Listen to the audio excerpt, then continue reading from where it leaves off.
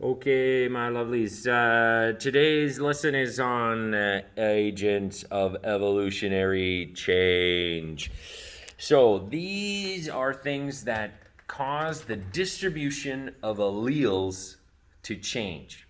Remember when we talked about alleles? Alleles are different versions of genes that code for source. So, you can have a brown eyed allele or a blue eyed allele.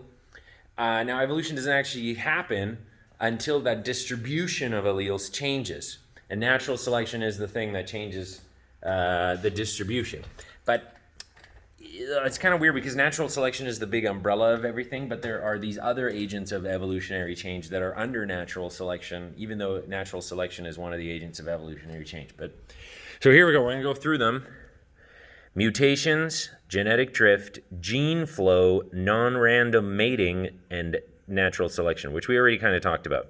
So let's start with mutations. So mutation is actually, it's like the raw material of evolution. It's like, it's the thing that doesn't fuel evolution, but it's the thing that makes evolution happen. If there were no mutations, there really would be no evolution because there would be really no variety.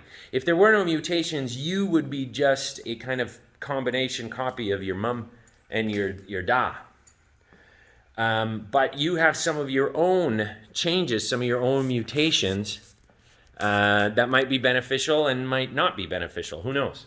But mutations is sort of the fuel, in a way, for evolution because it makes those spontaneous adaptations arise. So there wouldn't be big jumps sort of in evolution if there wasn't mutations. So what are mutations? They're just the spontaneous changes of DNA. When you have cells dividing, so you have DNA transcriptase taking DNA, splits the DNA open and starts to copy the DNA.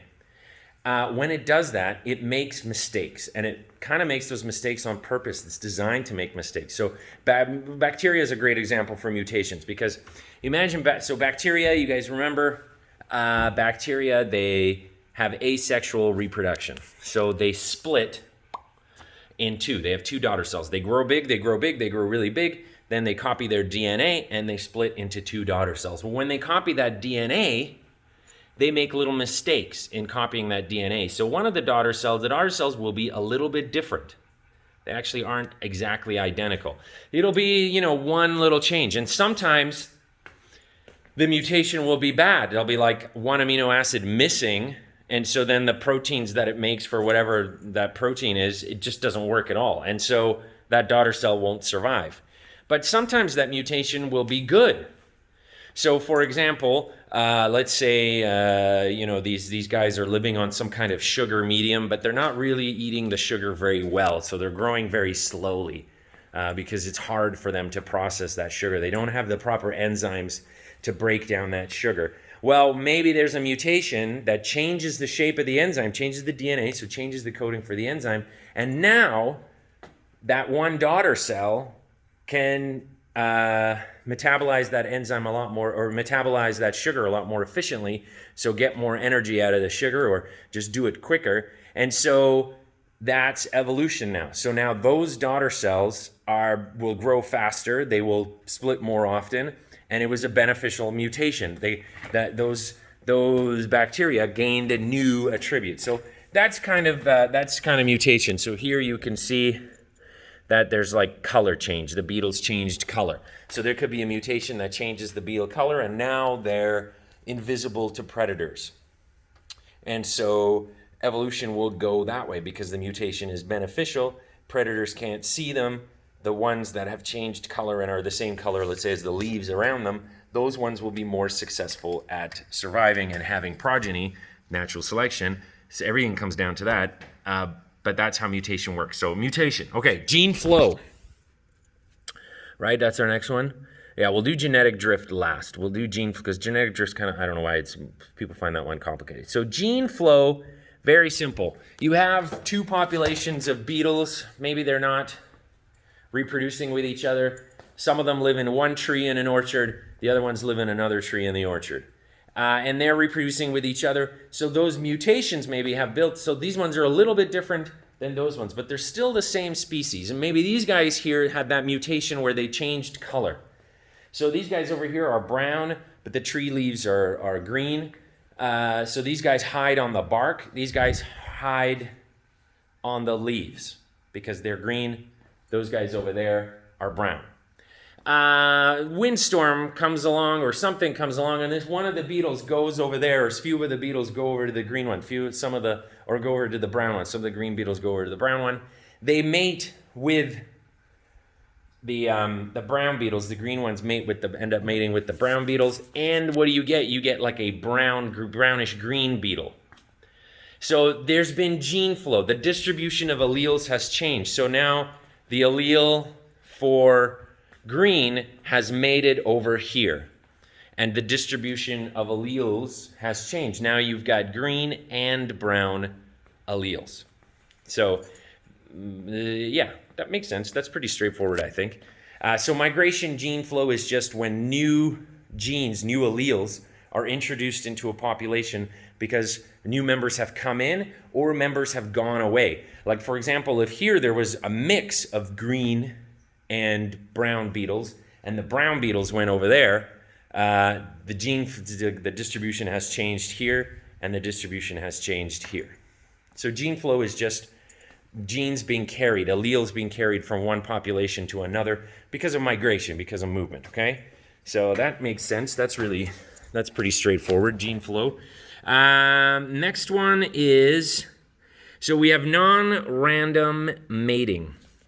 Basically, what this means is that organisms don't just randomly have sex. That's what it means. They don't just have sex. They just don't just meet up, especially any higher level, even slightly higher level, like insects or whatever. They choose their mates. And so they choose their mates based on certain attributes. Birds is a great example because birds have all these crazy, weird feathers. Peacocks have that giant peacock tail. That peacock tail is not beneficial to the peacock at all in terms of sort of survival because it actually slows it down. It makes it so it can't fly. But for some crazy reason, I'll never understand women. I'll never understand female peacocks. So female peacocks liked birds with bigger tails. So they non-random mated with, at some point long ago in the past, there was a peacock. There would have been a mutation where there was a peacock with a slightly larger tail with nice blue feathers. And so the female peacocks were like, hey, we like that guy. So that guy was really successful, had lots of offspring. His offspring, their offspring, but the peacocks that he mated, some of them would have had those nicer feathers. Maybe some of them would have had them even larger, and then those would have been more successful. And fast forward many generations, and peacocks have these giant feathers. That's because of non-random mating. So it's just that mates choose certain attributes that they like, that they prefer to mate with. And so these adaptations might not be actually beneficial to survival, but they increase the likelihood of mating. So it's an important one. Non-random mating is an important one.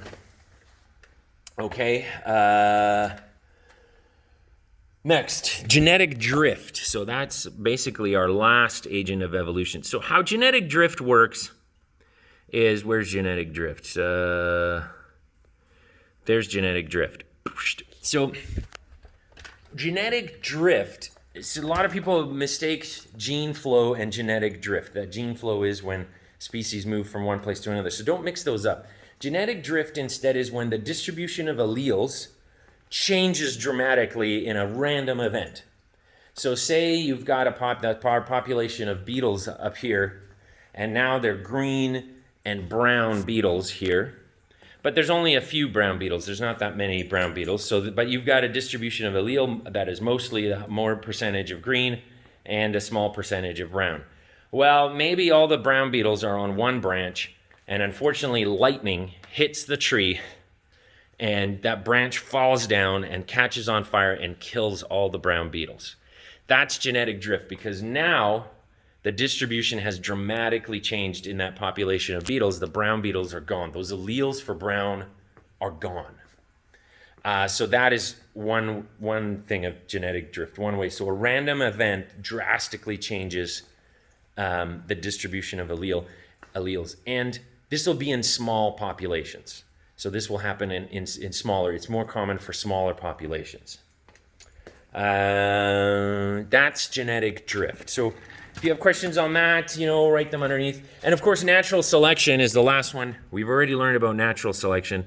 And natural selection is that there is a selective pressure, so a predator, some environmental thing that certain members have an attribute that they're more successful at. So the distribution of alleles, the selection is choosing certain alleles, is favoring certain alleles, because it's not, none of these things are like active.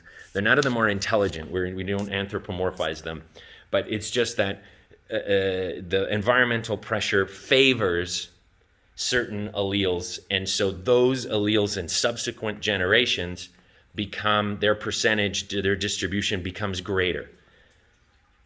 So review yourselves, alleles, genes, that stuff I talked about that yesterday. And these are the agents of evolutionary change. Okay, good. This will really help you with the assignment.